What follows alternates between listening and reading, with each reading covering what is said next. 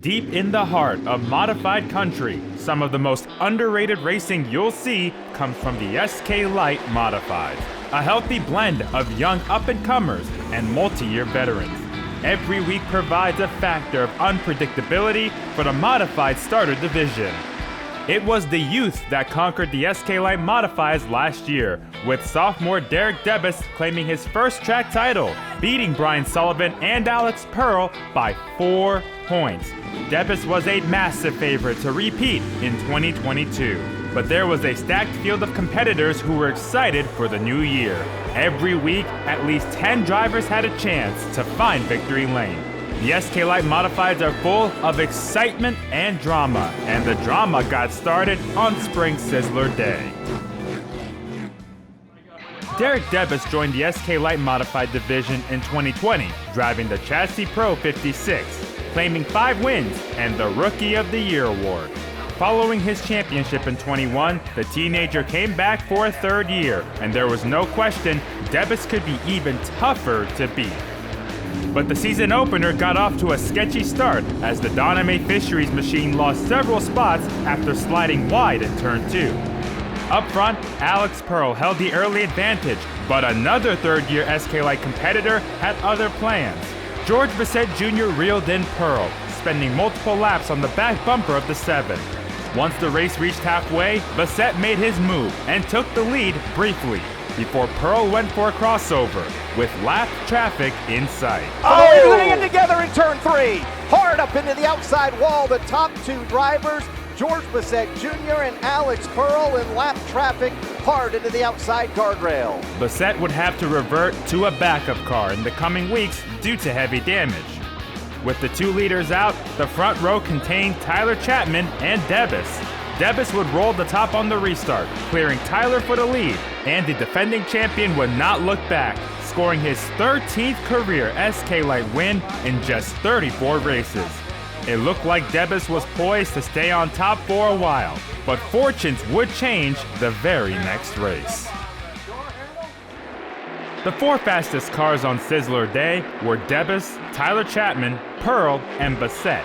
On opening Friday night, 3 of those contenders would find trouble on the 4th lap. Oh, trouble. Amanda West out of shape in a big way, and Cassandra Cole hard into the outside wall. And it looks like Debus is involved. Derek Debus, Alina Bryden, and I think Alexander Pearl involved in that incident.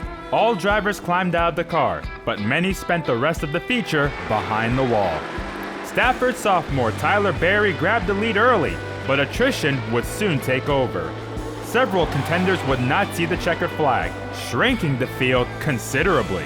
The feature would come down to a duel between 2 teenage Tylers, 16-year-old Tyler Berry and 17-year-old Tyler Chapman. Off turn number 2, Tyler Berry on the outside.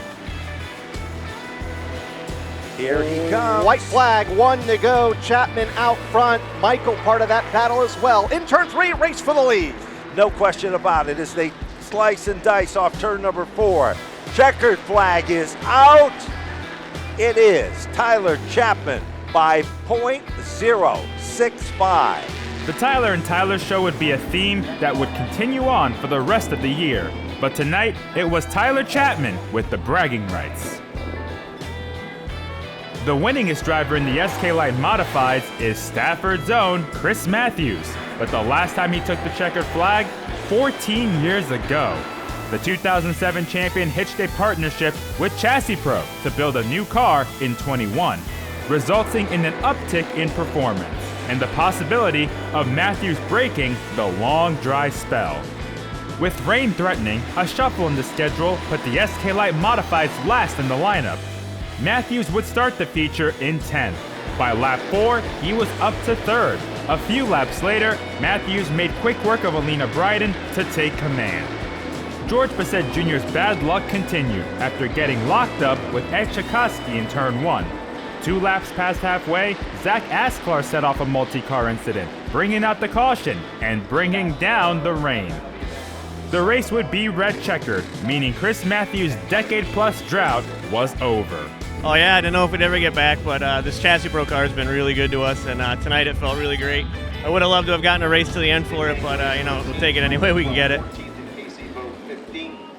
Chassis Pro cars have won 2 of the season's first 3 races. One Chassis Pro car that's yet to find victory lane is third-year competitor Josh Carey. The 69 has seen glimpses of hope with some strong runs, but bad luck and dramatic accidents have cut both 2020 and 2021 short. But the Belchertown native was off to a good start in 22, claiming top 10s in 2 of the first 3 races. Carey would start the 4th race of the year in 3rd, and the inside line was the place to be after calamity struck on the very first lap. Off the second. Oh, trouble now. We've got one of the Chapman cars spinning like a top. A mad scramble as everybody tries to spin to avoid. After the 10-car jam session, Josh Carey, who loves working the high line, was able to make his way by Nick Anglaise up top to take first. The rest of the race went without caution. Josh Carey was closing in on victory, but Tyler Chapman was closing in on Carey. Rolling up off turn number 4 and looking for the checkers. Here comes Chapman up to the outside lane, but Josh Carey will hold on in an outstanding finish. Oh, this is absolutely huge. This is the biggest one of my life, biggest moment. We've worked so hard and had so many lows, and to come out here and just execute like that and lead all those laps, and it's just amazing. I can't believe it. Alex Pearl's pursuit of his first championship got off to a shaky start. The first 2 races resulted in big accidents. The Darling Auto Parts 7 would bounce back to earn back-to-back top 10s. But the Salem native was saddled deep down the standings and needed a breakthrough to begin his comeback. Pearl would start 4th in the season's 5th race. A well-placed 3-wide move put Pearl in the runner-up spot. A caution before halfway gave Pearl a shot at Joey Farino, but Nick Anglaise wanted his shot at the front. Pearl would find an opportunity on the outside to get by both Anglaise and Farino, putting the silver and black 7 in front. SK Light sophomore Meg Fuller followed Pearl on the outside, but her chances at a maiden podium ended up in the wall. Oh, trouble to the outside lane. Megan Fuller, Derek Debus slides in after the fact, catches the right rear, but a hard lick as they continue to crash here on the front straightaway. I mean, I guess I'll be fine. I'm a little bit pissed off because we had a pretty good car tonight, but I tried to go to the outside of Anglaise, and apparently he didn't want to give me any room and put me right into the wall, so. Pearl would clear the field on the restart. Anglaise would make a bid underneath Farino that resulted in an incident that involved Tyler Chapman and Bob Charland. Anglaise would be penalized for the contact, but after further activity, find himself with a 3-race vacation. Pearl's first win of the year would have to go through a few more restarts, including another battle for second, resulting in a spin, this time for Amanda West. But nobody had anything for the 7, as the veteran took the checkered flag, a much-needed boost for the team after an abysmal start to the year, and that boost would continue on the very next week. Pearl began the 6th race of the season back in 10th, but the early battle for the lead was between Tyler Berry and Jason Chapman. Bob Charland's night would come to an end early for a second straight week, after contact sent him crashing on the backstretch. Pearl began his charge to the front on the ensuing restart. The 7 would go from 10th to 1st in just 11 laps. Alex Pearl and company were back in top form, with back-to-back victories, becoming the first repeat winner of 2022. Derek Debus' reign as champion was off to a rough start. The 56 suffered 2 DNFs in the first 6 races, pinning him 7th in the points.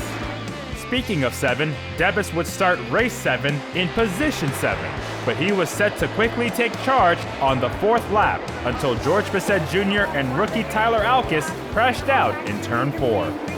Chris Matthews got the jump on the restart, but Debus went for the lead a half a lap later. One more restart followed with less than 5 laps to go after Josh Carey climbed over Charlie McDougall's hood. Debus had Tyler Chapman on his tail, but the 56 would earn their 2nd win of the year, putting Debus back in the top 5 in points. After scoring his first 2 SK Light wins in 2021, George Bissett Jr. was off to a tumultuous start in 22. The Mad Pup had only scored 2 top 10s and 3 finishes of 24th or worse. The Lasco Roofing and Sheet Metal 39 does have their primary car back after the opening day wreck. Now it's just a matter of turning their luck around if they want to find victory lane for the first time this season. The first feature of July saw Bassett start deep in the field, 16th. The 39 was in a hornet's nest when contact between Alex Pearl and Tyler Chapman set off a mess. Derek Devis's momentum would only last 1 week before he ended up behind the wall. Bob Charland led the first portion of the feature until the car suddenly died on him and killed any chances of a long-awaited return to victory lane. Bassett managed to thread his way through the pack and the chaos, finding himself in second spot. But by then, Tyler Berry had checked out on the field. But that big lead would soon evaporate with a few laps to go. And so would most of Tyler Chapman's point lead after he was involved in a turn 4 melee. Bassett would pounce on the outside, clearing Tyler Berry on the restart. But 1 lap later, one of the wildest wrecks of the season would take place. 3-car battle. Oh, trouble. Up One car on the up on backstretch. the wall is Josh Carey upside down. And And- the red flag is out as he continues to take the slide into turn number 3.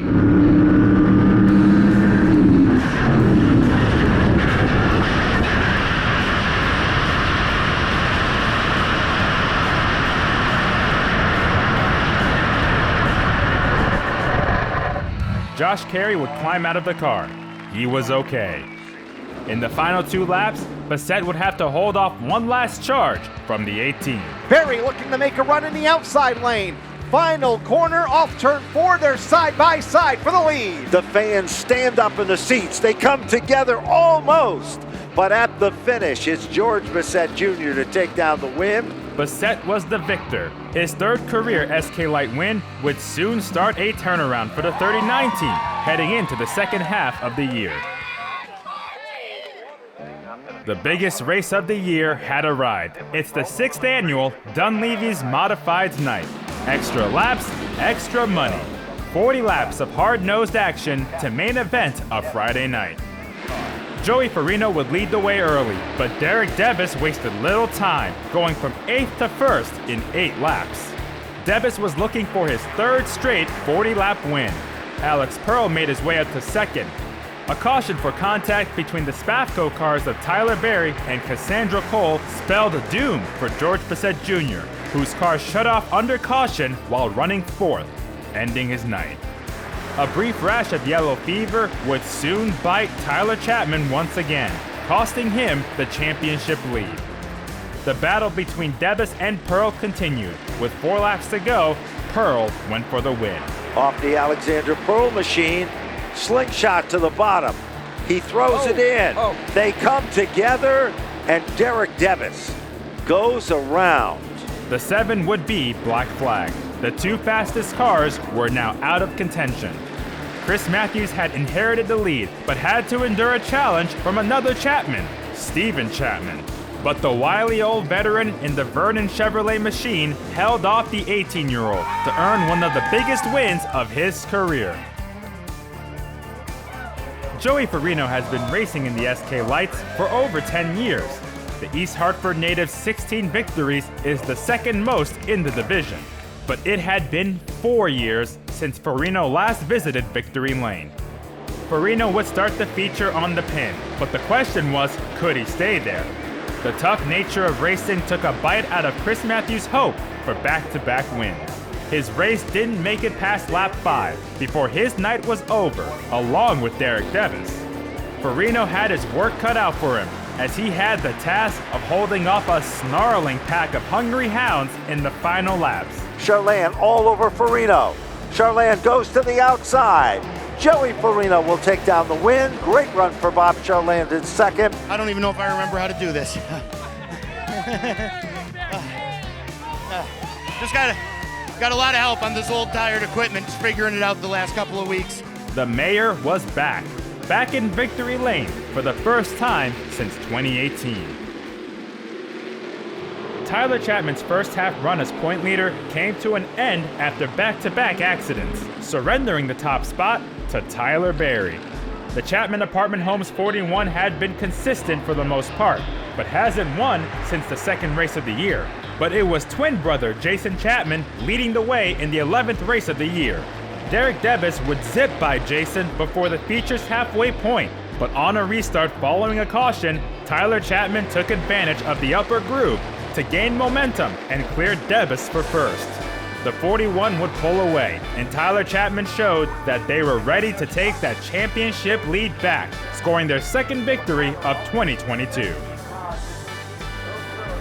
The final race of July started on a slow note with a couple early accidents. Josh Carey's 2022 would come to an end after a hard crash with Norm Sears. Cassandra Cole and Megan Fuller would go for a spin a few laps later, sending the field scrambling.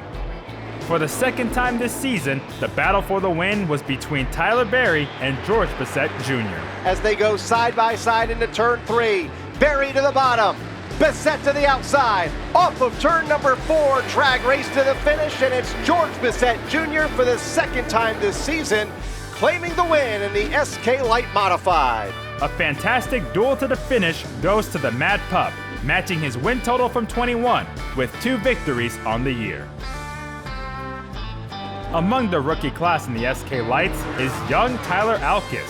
The Alkis Motorsports 89 team spent the first half of the year adapting and figuring out the SK Lights setups. Alkis finished 6th in the previous week, and with a great starting position this time around, the 16-year-old had a chance to best his highest finish of 4th. Alkis would start the feature in 4th. By lap 4, the 89 was out in front and quickly pulled away from the field. In spite of a mid-race yellow, Alkis faced no challengers. In what may be considered a surprise, Tyler Alkis took the Spafco car to victory lane, becoming the division's second first-time winner. It's crazy. Ran a good race. Can't thank everyone else for racing me clean. It's nuts.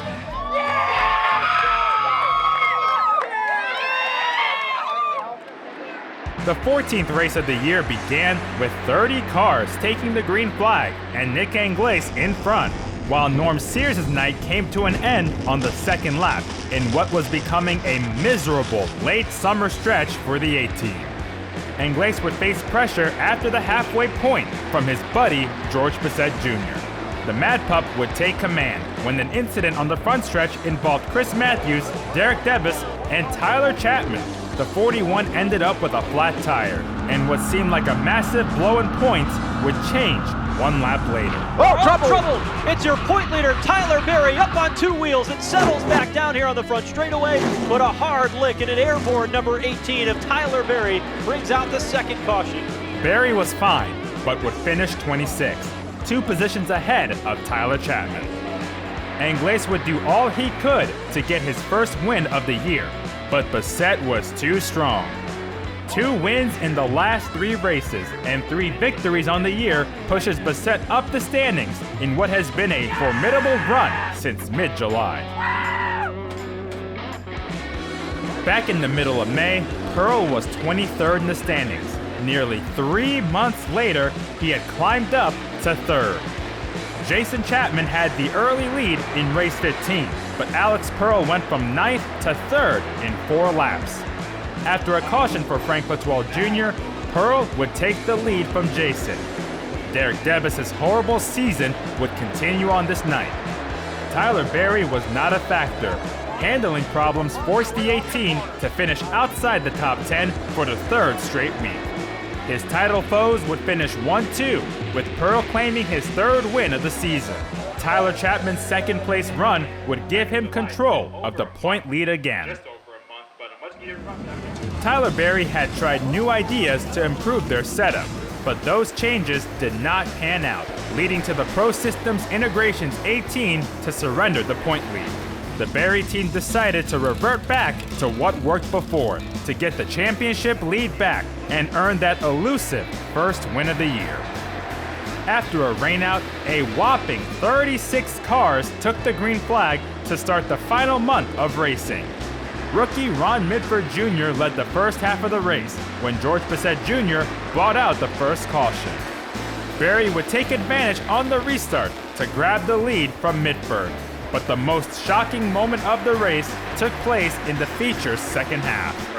Trouble. Derek Debus goes around. They pile up hard into turn 3. One car on top of the guardrail as about 9, 10, 11 of them end up against the guardrail.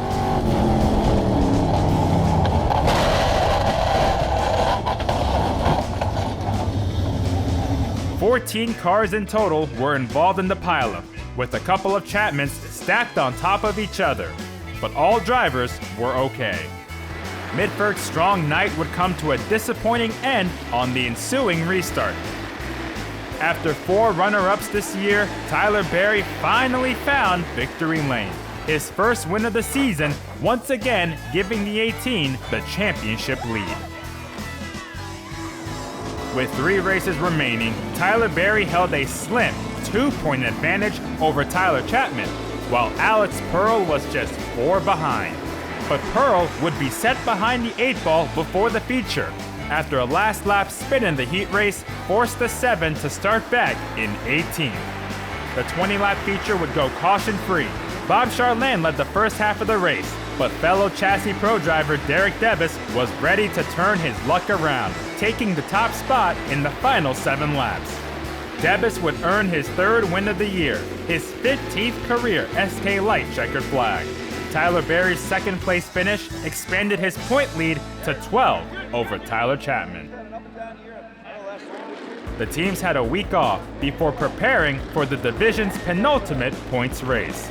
Tyler Berry started back in 14th, while Tyler Chapman started 12th.